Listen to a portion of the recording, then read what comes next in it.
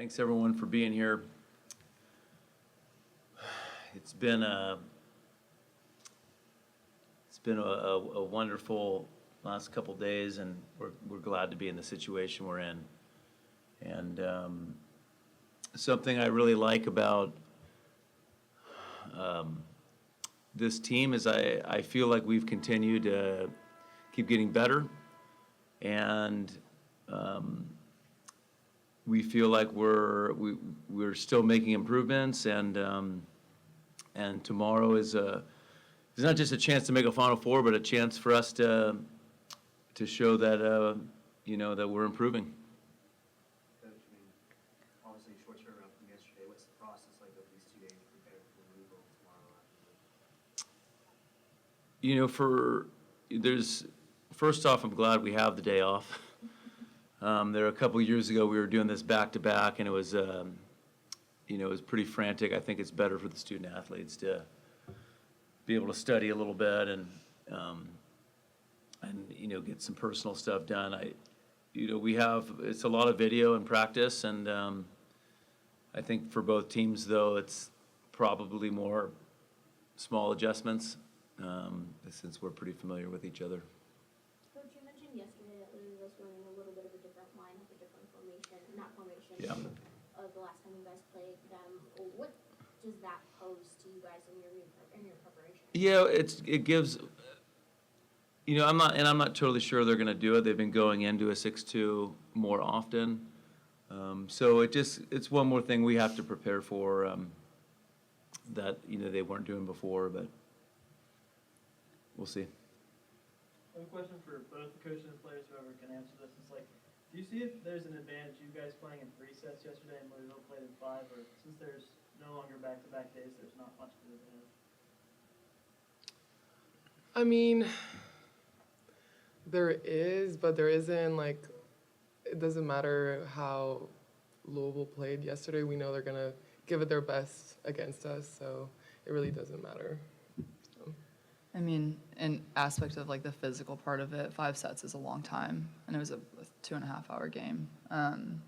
So there's like some sort of advantage, but no matter what, like Valeria said, they're going to bring it their all because our season's on the line. Kat, you had a big game yesterday with your 3 aces, your handful of bigs, and even your assist cut, Tori. How fun is that for you when you play a smaller role, but still a very important one when you have big moments like that in such a big game? I think it's one of the best things about having like such a specific role is I know that I'm good at what I do, and when I do it really well, it's just all the more exciting. Even small moments like getting a dig, we always say that every point matters, so getting to know that I added something to a play or got a point, all of those little things, however little or however many it may be, it's always just so fun to be able to celebrate with whoever's on the court in that moment. So yeah. Valeria, it's your 4th straight Elite Eight. I mean, what's the preparation been like compared to the earlier years? Do you think the same, or do you think you're a bit more experienced? I wouldn't say like I am definitely like more experienced, but I mean, I'm still like, I still get the nerves of playing in there, and I mean, it's still exciting to be a part of, and I'm grateful that I get to play with Fish, with the girls, and just making history with them again. How did any of you make any sense of losing 3-0 and then winning 3-2 later on? I think you could price that up in any sport, really, but why does that happen? Well, I think I don't remember each set, but there's just a lot of those. Whether it was the first time we played them, whether it was the first 2 sets, or whether it really was some of the sets we won, there was a lot where it came down to 1 or 2 plays, and I would expect there'll be sets like that tomorrow, where it's 1 block here, 1 good serve here, 1 cover. That we're preparing for deuce games for sure. Valeria and Kat, how has it been watching your teammates who haven't been in this situation, have such huge moments, huge contributions like Tori, Olivia, and Emma, who all haven't been in this setting before? So exciting. I mean, I'm proud of them, And even though it's like new for them, it doesn't seem like it, and that's like it's so cool. Like we train like don't let your first time be your first time, and I think that definitely helps. So And I think both of them have played such big roles in like previous club years or stuff like that. They've been preparing a long time for moments like these, and they're able to step up in big moments like this.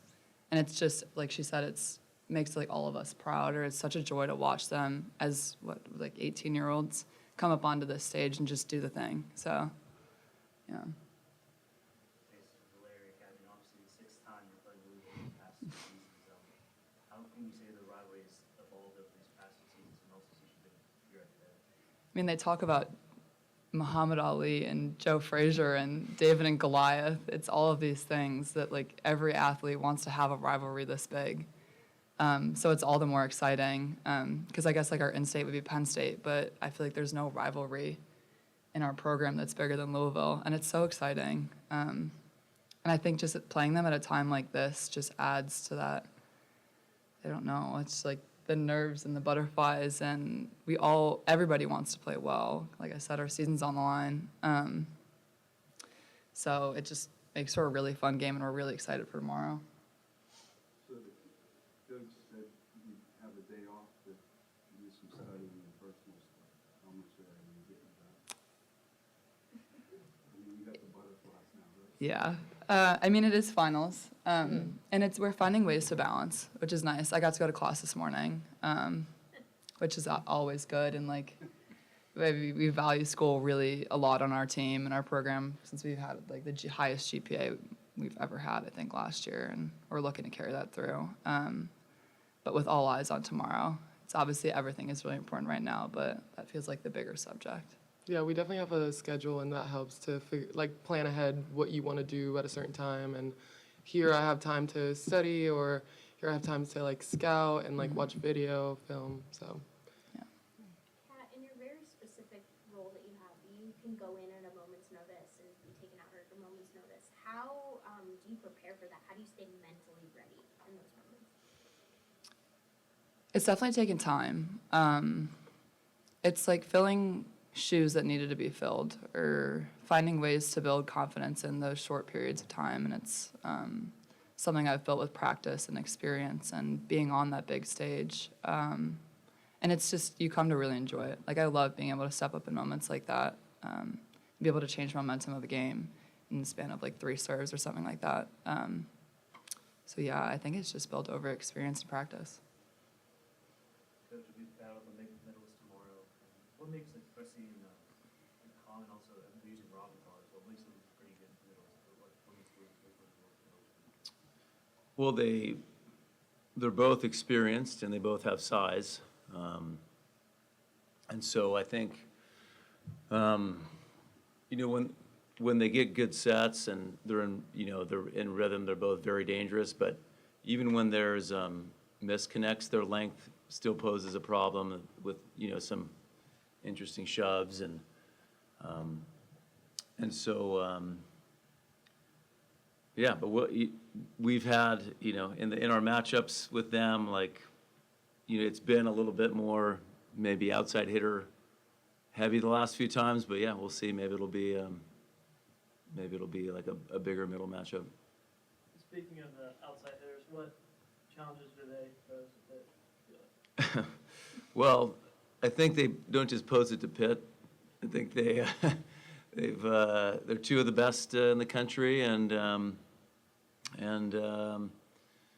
we have ways we think we can make them uncomfortable and slow them down, and we plan to do that. But like all good outside hitters, just getting a bad pass isn't enough. They're good enough players to still swing themselves out of trouble.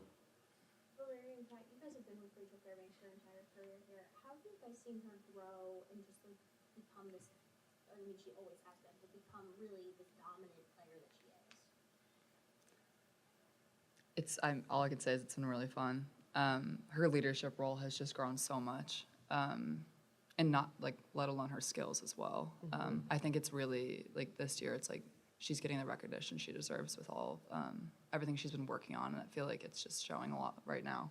Yeah, definitely her presence on the court has been noticeable this year. Just like in tight moments, she's like, what's the word that we use? Like the person that can like turn around. Catalyst. No, what's the word? Reactive. Yeah, Reactive. she's been a really good reactive in like tight moments, and it has helped the game. So yeah. Kat, do you know that you have like a whole fan base just because of your hair? Yeah, I do. I'm one of them. I got a text. I got a text from one of my friends who covers Wisconsin. It was like, Kat Flood, I love her hair. Oh. So, They call her Coretta Deville. Corral DeVille split. Depends on the day. And Kat, what do you think of the band saluting you when you're serving? I still don't understand it. I obviously like it's one of those things that I tune out and then I'll go back and look at pictures and I'm like, were they doing that the whole time? But we love the band and it just means more that like they're saluting all like me or all of us, whatever. But yeah, I think it's silly, but why not? Yeah. Thank you.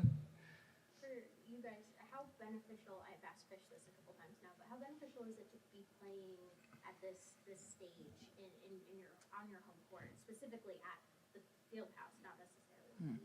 I mean, huge. We know, like, the fans contribute so much to, like, the game we had at the P. Like, the fans definitely helped our momentum and celebrating and shutting them down as well. Yeah. Like, we can feel the crowd, and it definitely helps. And a lot of people talk about why we're not in the Pete right now, but like this is our home. Like we'd rather play in further rounds in the Fitz because it's where we feel comfortable. I think that applied pretty well last night. Kat, you speak about having butterflies for big games, not just this year, but in the past year, you performed really well. There's three service aces against Wisconsin last year, and three yesterday, two against Louisville this season. What allows you, and what entices you about playing a big game like tomorrow?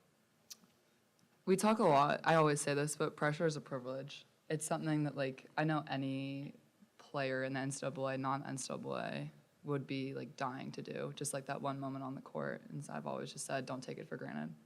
So, yeah. Any other questions for coaches and athletes? Valeria, I mean, obviously as an outsider yourself, what makes Looper and DeVere not just great players, but so hard to defend against with how powerful their swings are? I mean, they just have a huge presence on the court, and they want to be set every single ball, and that's like I respect them, and they're good all-around players. Yeah, I think it's gonna be a very fun match tomorrow, and I'm excited.